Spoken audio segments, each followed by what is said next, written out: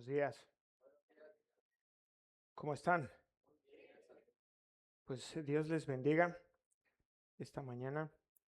Ya iniciamos el capítulo 11 del Evangelio de Marcos la semana pasada y con él estuvimos estudiando la entrada triunfal, la semana pasada, perdón, y cómo es que llega a Jerusalén y da inicio a esta que sería la última semana del Señor Jesús en la tierra, con esa entrada triunfal. Vimos o Marcos nos presenta a Jesús como rey y esta entrada en un pollino que no era algo menor. En el Antiguo Testamento había la profecía de que fuera así y era también una forma de llegar. Los reyes usaban a los burritos.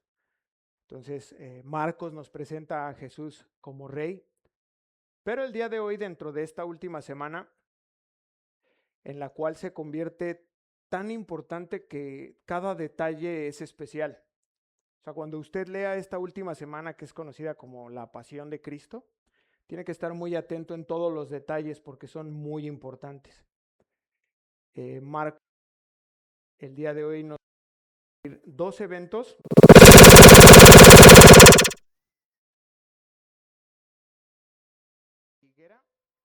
Y la limpieza del templo. Estos dos actos son simbólicos.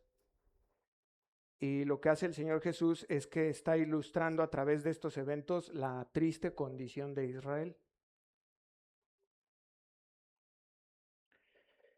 Israel, hermanos, fue y es una patria que disfrutó de muchos beneficios de parte de Dios. Lo puedes leer en el Antiguo Testamento y hasta el día de hoy son un país que disfrutan de muchos beneficios de parte de Dios. Y no solo eso, sino que también Dios les dio muchas oportunidades. ¿Muchas qué? Una y otra vez tú ves en el Antiguo Testamento cómo solo basta que leas el libro de Jueces, por ejemplo, y entran en un ciclo en donde pecaban, les iba mal, ya estaban tan desesperados que clamaban, Dios los escuchaba, enviaba un juez, los libraba y otra vez caían en lo mismo y otra vez durante mucho tiempo. Y solo les hablo del libro de Jueces. Entonces, es un pueblo que ha gozado de muchos beneficios de parte de Dios, pero también de oportunidades de parte de Dios. Y lo que Jesús encuentra es a personas endurecidas dentro de sí, en su corazón, pero además velados, personas veladas que no estaban entendiendo lo que estaba ocurriendo, que no lo podían identificar a él como el Mesías. Y eso es lo que encuentra él. Y el texto de hoy nos muestra, por un lado, Israel, que era externamente infructuosa con la enseñanza del árbol, de la higuera, y de forma interna corrupta con la parte del templo. ¿Qué tal? Va a ser un buen mensaje, ¿no cree? El evangelista nos presenta al Señor Jesús en una faceta poco usual, que es emitiendo un juicio. Esto es poco usual en Jesús. Si nosotros leemos Juan 3:17, dice, porque no envió Dios a su Hijo al mundo para condenar, sino para que el mundo sea salvo por él. Entonces no es algo usual que veamos a Jesús emitiendo un juicio. Pero es bien importante, esto lo he enseñado siempre y es un principio de la hermenéutica, y es que no puedes aislar los textos. Siempre que leas la Biblia tienes que ponerla en su contexto. Entonces nosotros traemos el contexto, venimos estudiando verso a verso. Esto que vamos a ver hoy se da alrededor de la última semana del Señor en la tierra, entonces toma mucho sentido. ¿Por qué?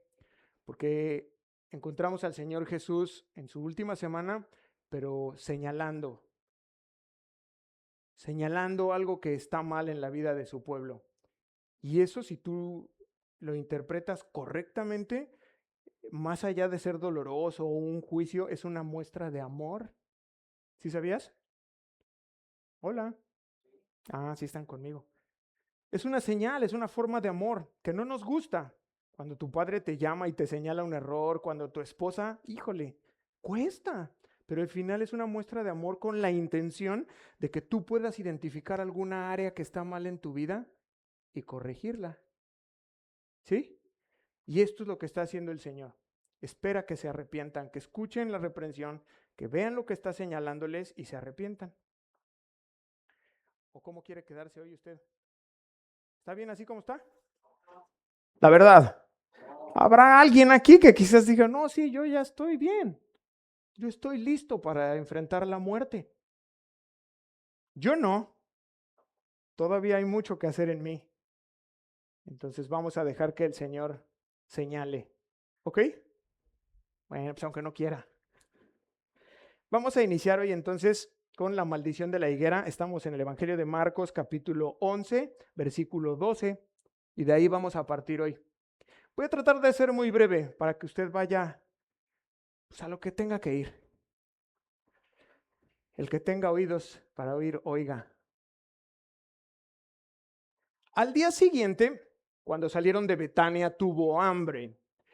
Y viendo de lejos una higuera que tenía hojas, fue a ver si tal vez hallaba en ella algo. Pero cuando llegó a ella, nada halló, sino que, ¿qué? Pues no era tiempo de higos. Entonces Jesús dijo a la higuera, nunca jamás coma nadie fruto de ti. Y lo oyeron los discípulos. El texto bíblico nos dice que al día siguiente, cuando salieron de Betania, si te acuerdas la semana pasada, pues fue la entrada triunfal y en la noche se regresa y está ahí. ¿Se acuerdan de la ilustración que les compartí? Bueno, se cree que pasó la noche ahí en Betania, en casa de Lázaro, con Marta, con María, que eran sus amigos, lo querían mucho, y ahí se queda con sus discípulos. Hay muchísima gente en Jerusalén. Pero es muy interesante que nos dice el texto que tuvo hambre. O a mí al menos me llamó la atención. No sabemos por qué. Quizás había tanta gente que los recursos o los insumos en la región se habían acabado y le dicen, Jesús, perdónanos, solo hay ahí unas galletas Marías y un poco de café. Y está bien aguadito, así como de calcetín. No sabemos si era eso o tal vez él se había levantado muy temprano y fue a buscar la presencia del Padre, por lo que le esperaba en el día. Y entonces ya le gana el tiempo y dice, no, pues ya sí, ya vámonos, ya es tarde, ya. No sabemos. El punto importante aquí es que dice que tiene hambre, siente hambre. Pero esta condición de hambre a mí me parece muy especial porque nos muestra al Señor Jesús 100% hombre. O sea, apenas la semana pasada lo dejamos y lloró. Lloró, sintió hambre, también leemos que se cansaba, que tuvo sed, sintió dolor. Y me parece digno de comentar porque podemos ver cuán condescendiente fue. O sea, el Dios eterno, creador de todas las cosas, creador del mundo, y no solo tiene a bien hacerse hombre, sino ya estando en forma de hombre como tú y como yo, hambre. ¡Wow! Todo para salvar a una bola de nacos, pecadores, como yo. Eso es realmente especial. Me parece una muestra de amor y de bondad muy grande, ¿cierto? Bueno, tenemos más, porque esta necesidad básica en la persona de Jesús también tiene algo especial. De esto se va a desprender lo que sigue, verso 13. Y viendo de lejos una higuera que tenía hojas, ojo, mucha atención, ahorita que todavía estamos todos despiertos. Y viendo de lejos una higuera que tenía hojas, fue a ver si tal vez hallaba en ella algo. ¿Algo qué? Pues un fruto, un higo. Pero cuando llegó a ella, ¿qué encontró? Pues no, era tiempo de higos. Y entonces, no sé si te pasa, pero lo lees y parece una contradicción a primera vista, ¿cierto? Es algo así como, a ver, el Señor Jesús acercándose a una higuera, buscando un fruto fuera de temporada. No tiene mucho sentido, pero tenemos que profundizar un poco para que podamos entender muy bien. Lo primero de explicar es que el Señor está haciendo una especie de parábola. Con algo que sucede, Él de ahí se desprende para enseñar algo importante. La higuera, así como el olivo y la vid, son plantas o son especies que eran bien importantes en la cultura judía, sobre todo en Palestina en esa época. Esas tres plantas tú las encuentras muchísimo en todo el Antiguo Testamento. Solamente la higuera se menciona 30 veces en el Antiguo Testamento. Eso sin tomar en cuenta que a veces le llaman árbol de higos, entonces ya serían más de 30 veces, pero es muy mencionado. Espiritualmente, la higuera es una figura de Israel. Siempre que tú leas de la higuera, está haciendo referencia a Israel. Igual la vid, siempre están relacionadas. Me di a la tarea de investigar. Me puse a profundizar sobre las higueras, sobre los higos durante la semana y descubrí que una higuera como tal da una primera ronda, serie, fruto por primera vez en el mes de junio. Esa es la temporada de higos, en junio. Después viene una segunda temporada, sí, no ronda, no es fútbol. Segunda temporada de cosecha o que da fruto, que es en agosto. Y solamente algunas higueras llegan a dar una tercera temporada de fruto, que es en el mes de diciembre, no todas. Depende mucho del árbol y depende mucho de la tierra en donde estén plantadas, pero en sí son 2 temporadas. Luego encontré en el diccionario bíblico ilustrado de Vilá, escuchen esto, que la higuera puede dar frutos, le ponemos comillas, tempranos. Y dice el diccionario que esos frutos salen antes de que salgan las hojas. Les llamaban ellos paj a esos higos verdes. P-A-G, pax, paj. Y estos se daban en la primavera, en marzo o en abril, que es la Pascua. Ya va tomando luz, ¿no? ¿Sí? Les cito literal lo que dice el diccionario. Si el árbol no tiene higos verdes cuando aparece el follaje, no habrá higos. Fin de la cita. ¿Por qué?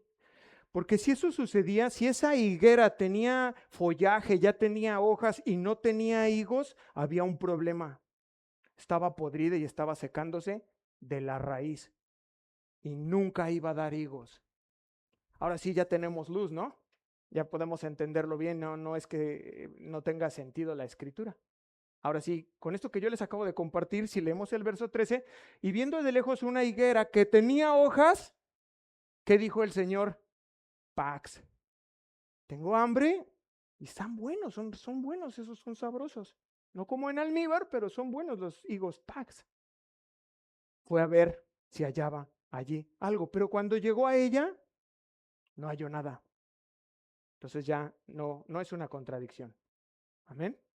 Es un fruto temprano, esperaba un fruto temprano. El Antiguo Testamento tiene, te voy a compartir solo 3 citas en Isaías 28:4, hablan del fruto temprano. Y será la flor caduca de la hermosura de su gloria que está sobre la cabeza del valle fértil, como la fruta temprana. Hace referencia a eso. Oseas 9:10 dice, como uvas en el desierto hallé a Israel, como la fruta temprana de la higuera. Ahí está. Se refiere a los pax. Y Miqueas 7:1 dice, ay de mí porque estoy como cuando han recogido los frutos del verano, como cuando han rebuscado después de la vendimia y no queda racimo para comer. Atención, mi alma deseó los frutos tempranos. Recapitulando lo que hemos visto hasta aquí, está el Señor Jesús en Betania, sale con sus discípulos, va caminando y siente hambre. Y al ver a la distancia una higuera con follaje, se acerca a ellas a ver si tenía algo de pax, no encuentra nada. Y en ese momento el Señor toma esto que está sucediendo para darles una enseñanza. y crea esta parábola, una enseñanza espiritual, con la que el Señor Jesús va a señalarles la hipocresía. ¿Qué va a enseñarles? Quiere enseñarles que son un pueblo que tenía hojas. Esta figura es apariencia de piedad, pero no había fruto, es decir, obediencia. Al ver esto Jesús, lo que hace es que pronuncia una maldición sobre la higuera y le dice, nunca jamás coma nadie fruto de ti. Y aquí es importante aclararles una cosa, y es que esta maldición que da Jesús sobre esa higuera, aunque está hablando de Israel, no es una maldición literal para todo el pueblo, para todos los tiempos, sino específicamente para esa generación. ¿Sí? ¿O ya los perdí? Porque de hecho más adelante Romanos, ya en el Nuevo Testamento, Pablo escribe en 11:1, digo pues, ¿ha desechado Dios a su pueblo? En ninguna manera, dice, porque yo soy israelita, de la descendencia de Abraham, de la tribu de Benjamín. Pero ¿qué sí está haciendo el Señor? Y es bien importante para ti y para mí hoy. Está haciendo mención de todas aquellas personas que parecían tener algo. Hombres y mujeres que decían ser pueblo de Dios, que decían conocer a Dios y que parecía apariencia de hojas, pero que en realidad, que la verdad que él conocía detrás de esa apariencia es que estaban en desobediencia, que realmente no vivían conforme a Dios les había enseñado, conforme a Dios les había dejado en sus leyes, conforme a su voluntad, no. Y ante aquella escena trágica, el Señor Jesús lo que dice es que nadie jamás vuelva a comer tu fruto.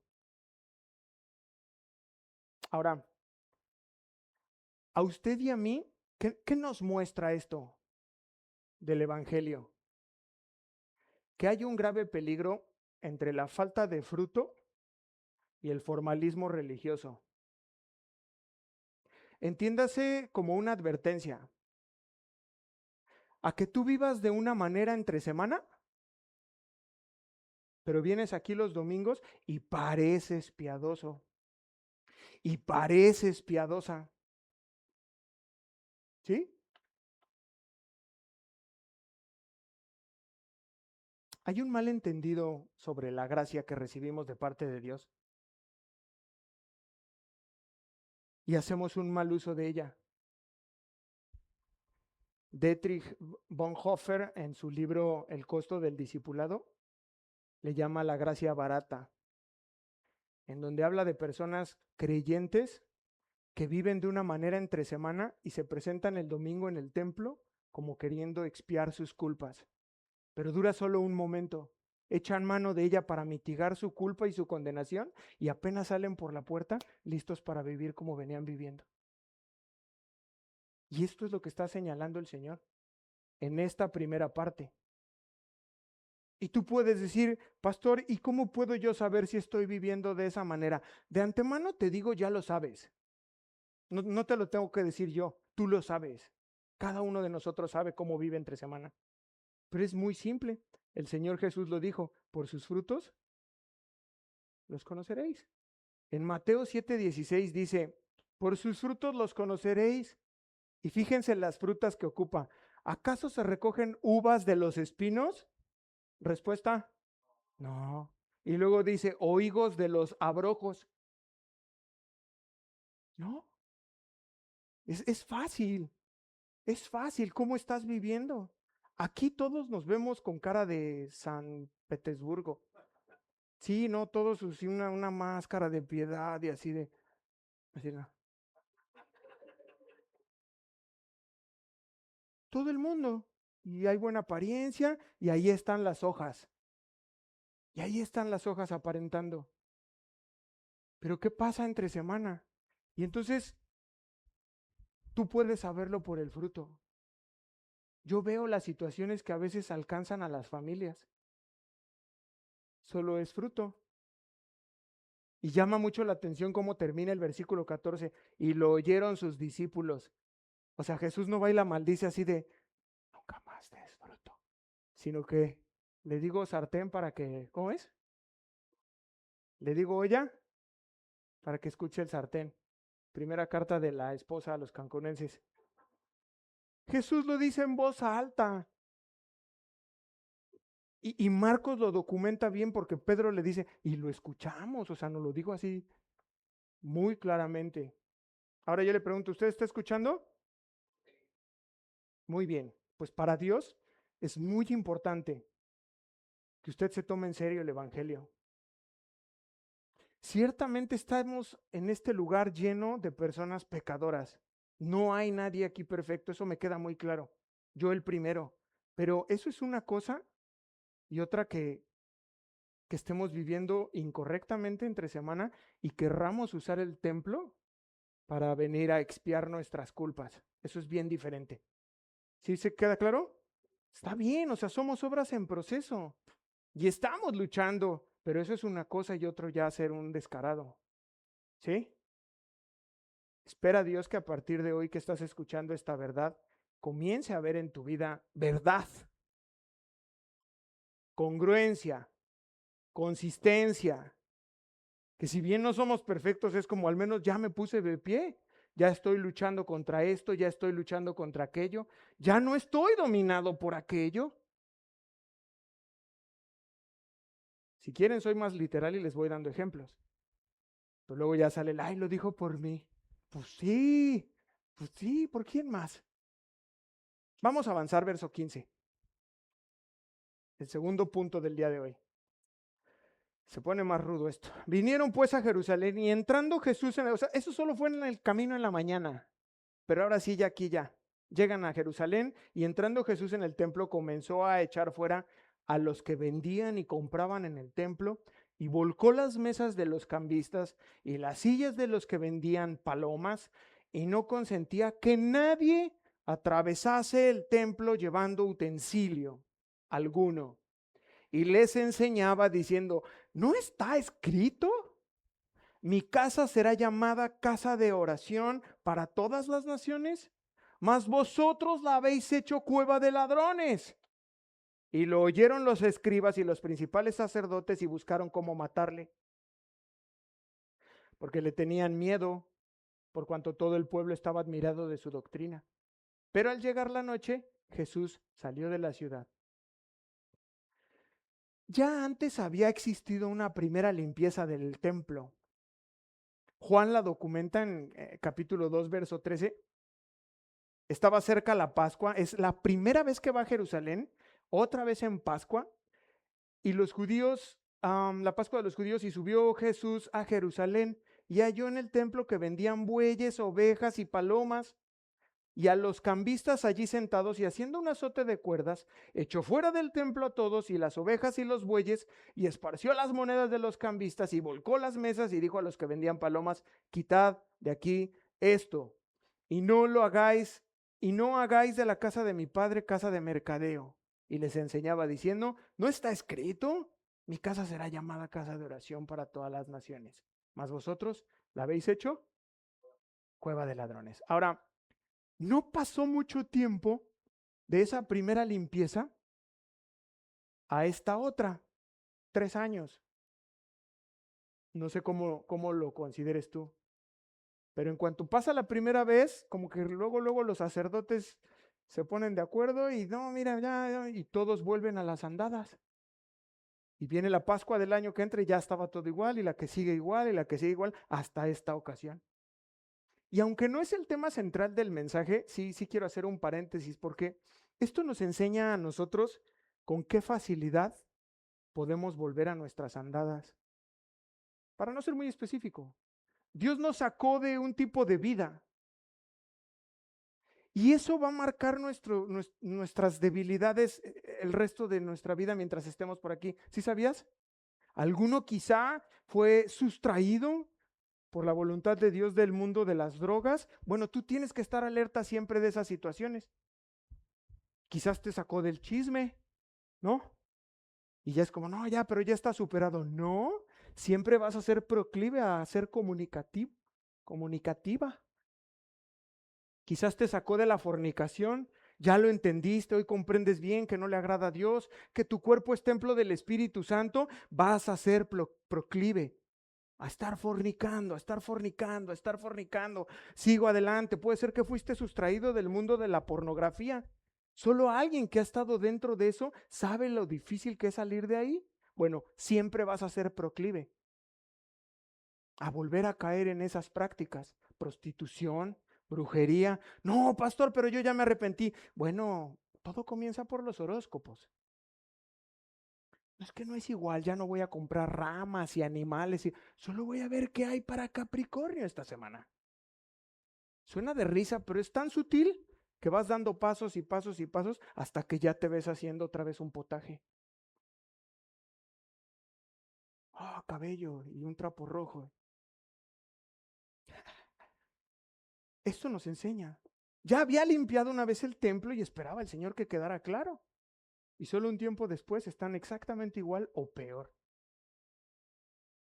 Efesios 4:22 dice, en cuanto a la pasada manera de vivir, despojaos del viejo hombre, de la vieja mujer, porque ahí va a estar. Que está viciado. Esta palabra yo fui a ver el griego original y es fortificado. Está dentro de fortalezas. De pronto te ves libre y no sabes cómo vivir y vuelves a la movida. Está fortificado, está arruinado, corrupto. No vuelvas a esa manera de vivir, es muy fácil volver, conforme a los deseos engañosos, dice. Ahora, tratemos de comprender un poco el templo. ¿Qué era el templo y lo que implicaba para un judío? Era todo, hermanos. En el templo y sus alrededores se movía prácticamente todo lo que sucedía en Israel como nación. Ahí se arreglaba todo. Y estos hombres, los sacerdotes y los escribas, eran los responsables de la vida espiritual del pueblo de Dios. Y lo que históricamente era tan importante como era el templo, que nace muchos años atrás cuando llevaban el arca del pacto, y finalmente está el deseo de formar un templo para que more la presencia de Dios. Algo tan especial ahora se había vuelto un mercado y se había perdido todo el sentido de lo que era originalmente.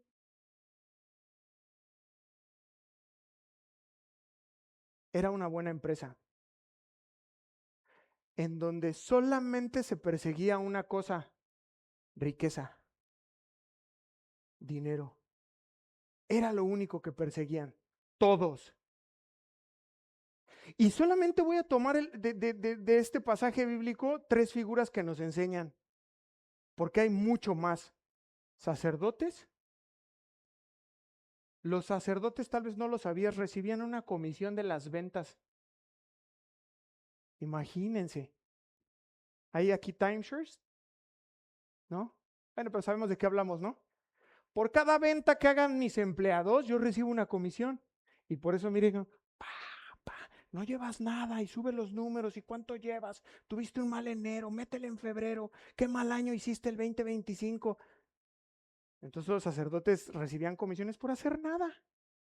¿Creen que les interesaría que hubiera buenas ventas? Bueno, hay otra figura que son los cambistas. Ya les hablé yo la semana pasada de que estaban alrededor de más de 2 millones de personas. Y venían de tan distintas regiones que traían dólares, euros, dólar canadiense, yenes, libras. Estoy actualizándolo, versión Dios habla hoy. Y había figuras de personas que estaban sentadas en un banquillo con todas las monedas para hacer el cambio de la moneda judía. Y jugaban con el tipo de cambio como el dólar, como la gasolina, que ves un día 24, 28, y un día no, pues ya subió, ya bajó, y hacían mucho dinero los cambistas también. Y la tercera figura son los vendedores de animales, que también les compartí yo la semana pasada que el censo que se hizo en esa ocasión que Jesús estaba ahí fue alrededor de 250 animales, 250,000 animales. Imagínate, tú terminabas esa Pascua y ya ibas a tu criadero a empezar a criarlos para el otro año, porque era una gran venta. ¿Por qué funcionaba así? Vamos a pensar en un viajero que viene de muy lejos y ahí vienes cargando a tu becerrito, ¿no? en carreta, en barco, depende de qué tan lejos vinieras. Y ya por fin llegabas porque se ofrecía por toda la familia. Un animal podía cubrir hasta 9 o 10 miembros de la familia.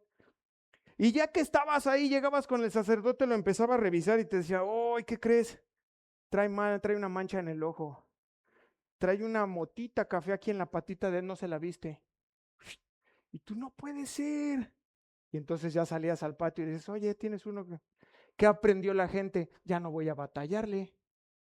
Viajemos ligeros, en light, de mochila así, y ya mejor llegando al templo compramos. Porque raramente en el templo vendían animales ya precalificados. Ya estaban casi garantizados ahí. ¿Sí hace sentido o no? Esto sucedía en el atrio de los gentiles. Les había traído una ilustración, pero luego si la apago se duermen. Ya no se las comparto. De la geografía o del mapa del templo, esto sucedía en el atrio de los gentiles. Y ese lugar bien podría ser utilizado para que los judíos hicieran una obra misionera, en vez de estar en otras cosas. Y era usado para que los gentiles entraran ahí y oraran. Y en vez de orar, pásale, no, güero, yo traigo aquí 3 becerros. ¿Y en cuánto te lo dieron? Devuélvelo y te lo doy más barato. ¿En cuánto te dieron el tipo de cambio? Y, toda una gritería y una ahí. En vez de gentiles orando, buscando a Dios y su presencia. ¿Qué le parece? Bueno, hay muchos templos hoy que son mercados.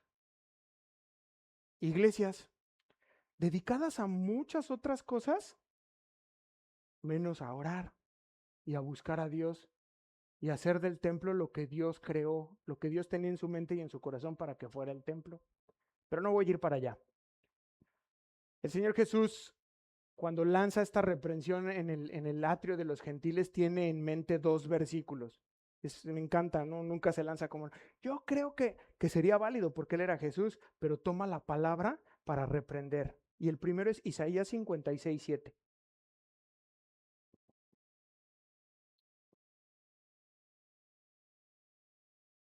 Y los llevaré a mi santo monte y los recrearé en mi casa de oración. Sus holocaustos y sus sacrificios serán aceptos sobre mi altar, porque mi casa será llamada casa de oración. ¿Para quiénes? Desde ahí estaba la profecía, que Dios alcanzaría a usted y a mí, a los gentiles, para todos los pueblos. Y esta es la palabra que Jesús tiene en su mente mientras está volcando las mesas. Jeremías 7:11.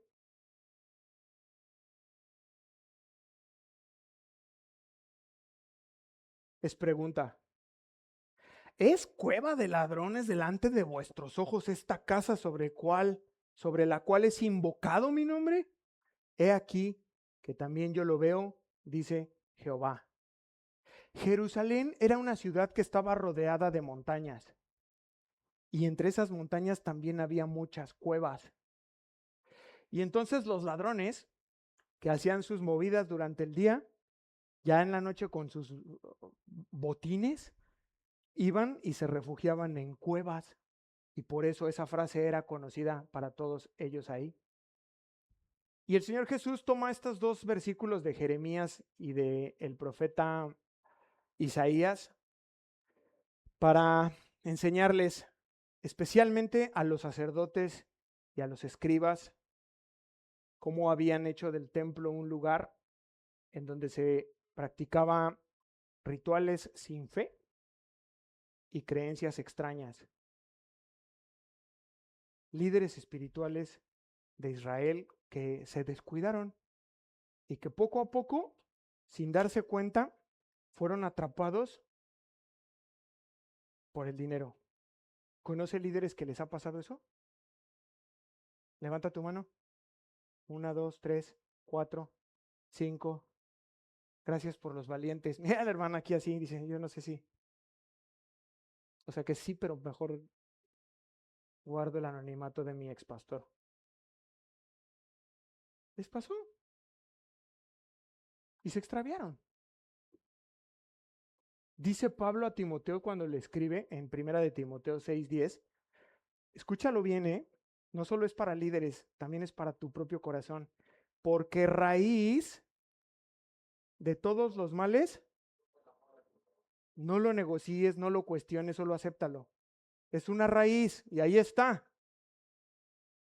No está mal el dinero en sí, pero cuando hay amor al dinero, el cual codiciando a algunos, ¿qué les pasó? Ahí está. Y fueron traspasados por muchos dolores. Y cuando le dan aviso al liderazgo de lo que está pasando ahí en el patio, Marcos nos dice, versículo 18, y lo oyeron los escribas y los principales sacerdotes y buscaban cómo matarle. Esa fue una tarea que Judas Iscariote les ahorró, porque le tenían miedo, por cuanto todo el pueblo estaba admirado de su doctrina. Entonces, ya estoy yendo sobre el final, pero quiero que podamos apreciar cómo el liderazgo del pueblo, sacerdotes y escribas, por un lado, lo odian y quieren matarlo, pero por otro lado le tienen miedo. Qué extraño, ¿no crees? ¿Por qué le tenían miedo? Dicen, mira, con la misma se viene para acá adentro y nos voltea los banquillos en donde estamos y se mete con nosotros. Jesús no va a detener su obra, hermanos. Hablo de ti, de la obra que ha comenzado en ti. No la va a detener. Así que procura no enojarte con Él por la forma en la que lo está haciendo o por las formas en que permite trabajar en tu vida. Porque muchas veces ni siquiera tiene que ver Dios, solo estamos cosechando las malas decisiones que tomamos. Y entonces viene el resultado y Dios dice, bueno, te voy a acompañar, pero yo no tengo nada que ver en esto. Fue una mala decisión que tú tomaste.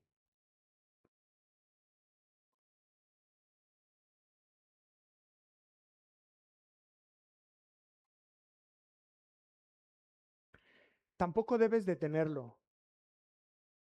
Digo, porque no puedes. Además, sino me gusta lo que dice después, admírate de su doctrina. Mejor no sería ver la doctrina del Señor y decir, wow, qué admirable. Abres las páginas de la Biblia y dices, claro, tiene sentido. Todo tiene sentido. Y comienza ese proceso de transformación de tu propia alma. Y dices, sí, lo quiero, Señor, mejor voy por este camino. Y viene esperanza. Puedes creerlo o no, puedes creerme o no, pero las páginas de la Biblia son las únicas que pueden darte esperanza. Tú cierra ese libro y sigue tu vida como viene y vas a darte cuenta que una mañana te vas a encontrar sin esperanza. Y vas a correr entonces a las páginas para decirle, Señor, dame esperanza porque esto, qué bueno que fui el domingo. Ya me quedaba así en rojo, ¿no? La batería de la esperanza. Por cierto, gracias a los que vinieron ayer a apoyarnos en la limpieza de la iglesia. Muchas gracias. Para los que no pudieron, va a haber más oportunidades. Ojalá que las aprovechemos. Termino con el verso 19. Pero al llegar la noche, Jesús salió de la ciudad. Y yo me quedé así de, ¿cómo? Ahí está implícito que estuvo todo el día prohibiendo que todos... Ese verso 16, ¿lo podrías poner por favor? Nadie no lo tienen los otros evangelistas. De hecho, solo Mateo documenta esta parte igual que Marcos, pero no tiene este verso 16. Y no consentía que nadie atravesase el templo llevando utensilio alguno. Es decir, que después que volcó las mesas, azotó, tiró las monedas, abrió las jaulas de las palomas, que era la ofrenda más... Quien no tenía dinero, solo iba por unas palomitas y ofrecía unas palomitas. Fue la ofrenda que llevan José y María cuando presentan a Jesús en el templo. Ya, eso era así como, pues, quien no tenía en pagos semanales, ¿no? Palomitas. Y el texto lo que nos dice es que todo el día estuvo ahí y veía en la puerta que venían unos con unas jaulas y les caía. ¿Qué onda? ¿Dónde vas? Salte de aquí. Y les 10, las 11, oye Jesús, no comimos ni higos ni nada. No, ustedes hagan lo que tengan que hacer. Espérate, ahí viene uno con becerros. Fuera de aquí. Largo de aquí, llévate el abón. Nada de eso aquí en el templo. Nada de Betterware. Nada de catálogos. Vámonos. Todo el día.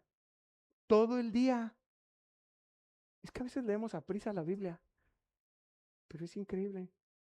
Al llegar la noche ya, cansado, ya que vio que todos entendieron, que ya por ahí ya venían unos y les decían, no, vámonos, ahorita te explico, llévate tus bueyes y tus vacas. Ya. Fue un día de muchas pérdidas económicas. Se entiende cómo estaban los sacerdotes, ¿no cree? Imagínese las ventas. Y no solo eso, ahora correteando borregos, 8 se me fueron. Mis 14 palomitas que traía todas las se abrió y se fue. O sea, estaban enojados todos. Los cambistas, no, yo perdí porque compré los euros en tanto y me los tiró al suelo. Conclusión, hermanos. Dios nos confronta con estos pasajes, en donde claramente nos está diciendo que no es suficiente profesar una fe. No es suficiente. No es suficiente tener actividades religiosas y venir aquí y alzar las manos y decir amén. Dice, no, no, no, no. Dios demanda solamente una cosa. Es un fruto real, algo verdadero en la vida del creyente. Algo, un fruto verde pequeño, pero que tú puedas decirle a Dios, no aquí, a solas a Dios, decirle, Señor, por fin conozco tu victoria. Estoy venciendo en esta área y estoy en la batalla. Y comencé con un poco, pero el día de hoy ya vamos mejor y ya vamos mejor y estoy luchando, Señor, ayúdame. Y eso se agrada a Dios, de fruto, de ver algo real en tu vida. ¿Qué, pastor? Dime más, fe auténtica. Que tú estás en medio de una situación, no la entiendes, no sabes cómo lucharla, estás desconcertada, estás cansada, estás cansado, pero dices, pero voy a tener fe y Dios se agrada en eso. Obediencia. No veo claro, no creo que suceda, pero si dices tú en tu palabra que es así, yo voy a obedecer y Dios se agrada. Y así puedo ir a cada una de las áreas que la Biblia nos comparte. Si estabas robando, decir, voy a parar, voy a confiar en ti y en tu provisión, y das ese paso de fe y de obediencia y Dios se agrada y abre puertas y comienzas a ver la respuesta de parte de Dios. En eso se agrada el Señor, pero tiene que ver tu corazón sincero y no las apariencias que te lleven a un verdadero arrepentimiento. Esa es la confrontación de estos textos. Que no quede solamente aquí en un domingo más y saliendo vuelvas al mismo estilo de vida. Una vida transformada. El día de hoy quiero que te lleves algo. Y es que la santificación es inseparable de la salvación. Es decir, si tú dices, yo conozco a Cristo, he conocido el Evangelio, entiendo el sacrificio de Cristo en la cruz, y el Espíritu de Dios mora en ti, tienes que estar en ese camino de la transformación. No puedes seguir siendo el mismo. ¿Queda?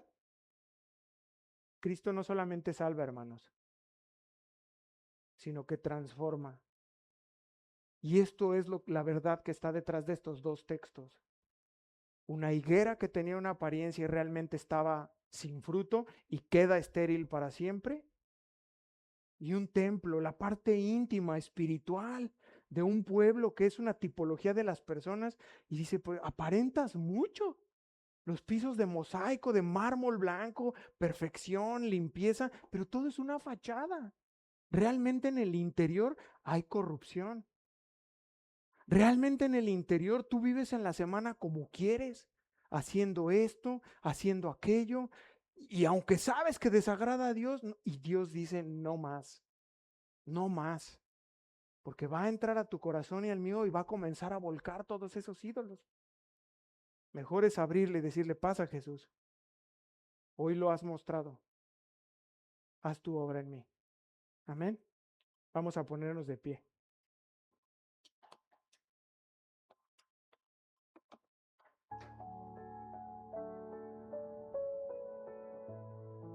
Y Señor, no queremos movernos a prisa.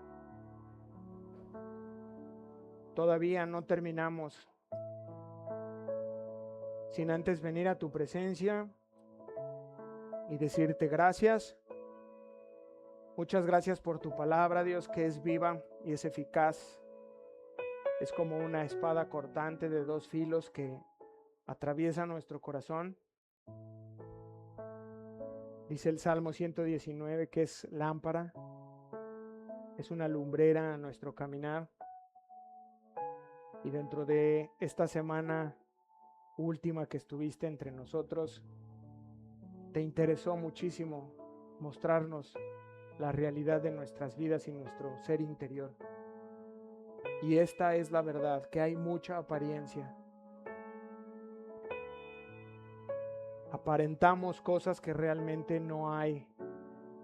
Una vitalidad espiritual, una fe, que cuando vienen las pruebas, que cuando viene el día a día, como si fueran 2 cosas que se pueden separar, vivimos de una manera entre semana y luego venimos el domingo al templo, el miércoles, a mitigar un poco la culpa y la condenación de la vida pecaminosa que llevamos entre semana. Y hoy has sido muy claro en hablar que no estás de acuerdo con eso, que nunca lo has aprobado y que nunca estarás de acuerdo con un tipo de vida así. Que tú diste tu vida en la cruz, Jesús, tu sangre, para poder hacernos libres, para salvar nuestra alma y para darnos vida y vida en abundancia. Así que, Señor, gracias por tu palabra, por haber hablado hoy. Tú nunca tomas en poco aquel que te honra a ti, Señor, y hoy te hemos honrado por encima de las cosas de este mundo. Te pedimos que tu palabra germine en nuestro corazón. Nos tomamos de tu palabra y pedimos que tu Espíritu Santo haga la obra en nuestro corazón, para que cuando venga el día en que te encontremos, Señor, no escuchemos esas palabras terribles. Nunca te conocí. Apártate de mí, hacedor de maldad. Sino que podamos escuchar: bien, buen siervo fiel. Pasa, entra al gozo de tu Señor. Te damos gracias, Señor, y te pedimos que nos lleves con bien y que podamos guardar y atesorar esta palabra en el cofre de nuestro corazón. Te lo pedimos en el nombre de Jesús. Amén.